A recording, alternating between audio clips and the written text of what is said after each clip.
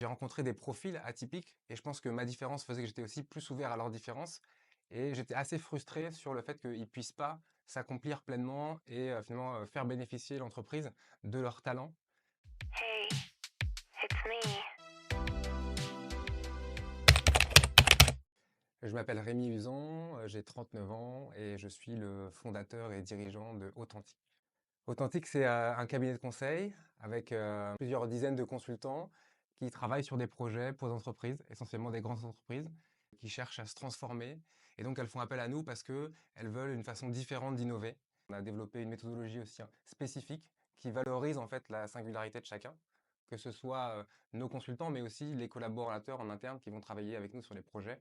Et les projets qui peuvent être liés à l'expérience client, au développement de nouveaux produits, services. Et on essaye d'impulser aussi un changement de culture pour plus d'ouverture, plus d'authenticité et plus d'audace en fait dans les organisations.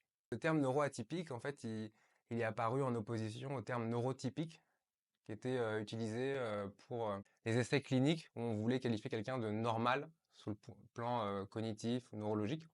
On parle de neurodiversité parce qu'en fait, on a tous un cerveau différent. On fait tous partie de la neurodiversité, on est tous uniques. Et les neuroatypiques, c'est ceux qui s'écartent plus de la norme. Et donc, on va retrouver dans cette catégorie les troubles 10, avec le plus connu, la dyslexie, mais aussi le trouble du déficit de l'attention, les troubles du spectre autistique. Ça, c'est vraiment les troubles neurodéveloppementaux. Puis on a aussi les troubles psychiques comme la bipolarité, par exemple. Moi, je me suis toujours intéressé au fonctionnement du cerveau. J'ai un trouble bipolaire. Il s'est déclaré il y a plus de 20 ans. J'ai un intérêt pour la psychiatrie, la psychologie. J'ai fait toute ma carrière dans l'innovation et dans le développement de nouvelles activités pour des grands groupes. J'ai rencontré des profils atypiques et je pense que ma différence faisait que j'étais aussi plus ouvert à leurs différences. Et j'étais assez frustré sur le fait qu'ils ne puissent pas s'accomplir pleinement et finalement faire bénéficier l'entreprise de leurs talents parce qu'ils ne rentraient pas dans la norme. Ils avaient des talents exceptionnels dans certains domaines, mais ils ne pouvaient pas les mettre à profit, ils étaient un peu marginalisés. Et donc je me suis dit, bah non, en fait, il faut que ces profils atypiques, ils puissent contribuer pleinement à la performance d'entreprise, d'autant qu'elles doivent se transformer et justement avoir des gens qui sont capables d'avoir une vision et de penser différemment. Et donc j'ai créé Authentique avec des équipes de neuroatypiques, des consultants en innovation qui adhèrent à l'approche et tout ça en fait au service de la transformation de nos clients. C'est stigmatisé, c'est tabou, mais c'est présent partout puisque ça concerne 15% de la population. Ce qui arrive souvent, c'est que finalement, il y a des personnes, des collaborateurs au sein de l'entreprise qui se révèlent, c'est-à-dire qu'ils font une sorte de coming out. Ils sont là depuis très longtemps et ils sont dyslexiques ou ils ont un TDAH et puis parce qu'on est intervenu, ils vont oser en parler à leurs collègues. On ne peut pas mettre toutes les personnes neurodivergentes dans un même panier. En fait, il y a des différences d'expérience, de sévérité des symptômes, etc. Pour ceux qui travaillent chez Authentique, souvent ils ont des expériences en entreprise, mais ils ont déjà toujours dû cacher leurs différences. Du coup, se suradapter, c'est-à-dire les domaines où peut-être qu'ils avaient plus de difficultés que les autres, bah, de compenser, utiliser beaucoup d'énergie pour ne pas se faire remarquer, se fondre dans la masse.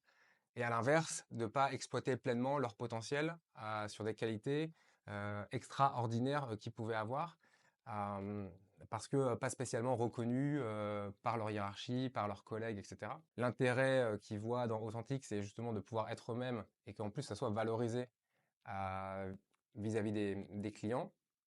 Une autre chose sur leur expérience, euh, ils vont être frustrés assez rapidement. Par exemple, il y a des profils qui sont vraiment très visionnaires et qui vont savoir assez tôt dans quelle direction il faudrait aller, mais qui vont pas forcément avoir la capacité, l'énergie d'embarquer leurs collègues. Et donc, ils vont être frustrés, ne pas comprendre pourquoi on va pas rapidement dans telle direction. Et il se trouve du coup qu'il y en a beaucoup d'entre eux qui vont avoir tendance à changer de job rapidement à cause de cette frustration. Et dire, bah, de toute façon, voilà, enfin, ils n'ont rien compris, ils vont pas y aller tout de suite. Bon, bah, je vais aller me trouver autre chose à faire, quoi. Alors nous, le plus simple qu'on peut faire, c'est organiser des conférences, des formations. On a plusieurs types de sensibilisation, bah, des choses qui vont être très orientées pour une population de personnes qui travaillent dans les ressources humaines, d'autres qui sont plus liées au leadership, au mode de management, à des choses qui vont être accessibles à tous les employés pour contribuer à libérer la parole justement sur ces sujets. Après, là où on les aide, on s'est gagné en connaissances. Et pour aller un cran plus loin, c'est comment on va faire en sorte pour que les gens qui s'occupent de la mobilité, par exemple, à aient conscience de ces sujets, puissent l'aborder avec les collaborateurs qui viennent les voir et que du coup les gens soient positionnés dans des rôles où vraiment ils peuvent exprimer leur plein potentiel. En fait, souvent on va nous demander au niveau de recrutement comment on pourrait recruter plus de profils neuroatypiques.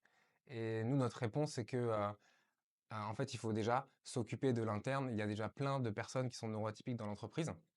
Ce qui va aider aussi à libérer la parole, c'est quand il y a des personnes du leadership qui vont annoncer qu'ils sont dyslexiques ou autres. Bah, ça contribue du coup à des employés à eux-mêmes en parler à leurs collègues. Et seulement une fois qu'on a créé suffisamment de sûreté psychologique dans l'entreprise pour que les gens se sentent à l'aise d'en parler et pour que les neuroatypiques qui sont déjà présents euh, vivent bien dans l'entreprise, après seulement on peut se dire on va recruter spécifiquement. Donc, nous, on a deux types d'offres. Une offre innovation, où on va accompagner des projets innovants de refonte d'un modèle d'affaires, d'un développement d'un nouveau produit, d'un travail sur une expérience client par exemple.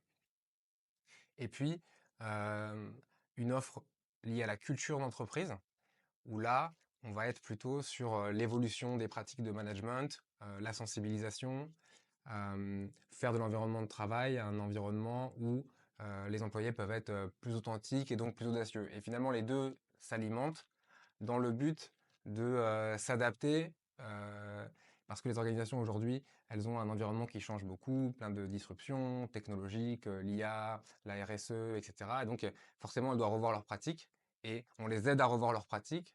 On se dit que les mêmes process avec les mêmes collaborateurs, ça ne permet pas de revoir ces pratiques. Nous, en amenant ce souffle de l'extérieur et en insufflant aussi de l'interne, en favorisant l'expression de la différence, finalement, on les aide à évoluer et à s'adapter à ce monde qui change, quoi. La bonne surprise, c'est que je trouve que ça arrive même plus vite que prévu, c'est-à-dire que la neurodiversité devient un sujet même en France. On savait qu'il y avait des pays qui étaient plus en avance, comme l'Australie ou le UK.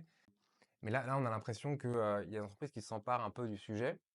Gartner, donc le cabinet de conseil qui analyse les tendances plutôt dans l'univers technologique, vient d'indiquer qu'en 2024, parmi le top 10 des orientations ou des sujets stratégiques pour l'entreprise, il y avait la neurodiversité. C'est vraiment que nos convictions, elles sont de plus en plus adoptées. Pour nous contacter, bah, vous pouvez m'écrire directement à Rémi, REMI, arrobas, authentique.com, O-T-H-E-N-T-I-K.com. Et vous allez pouvoir faire le constat, comme nos clients actuels, que faire appel à Authentique, c'est pas simplement travailler avec des consultants ou sensibiliser ses collaborateurs, c'est vivre une vraie expérience en fait différente et pleine d'ouverture. Hey, it's me.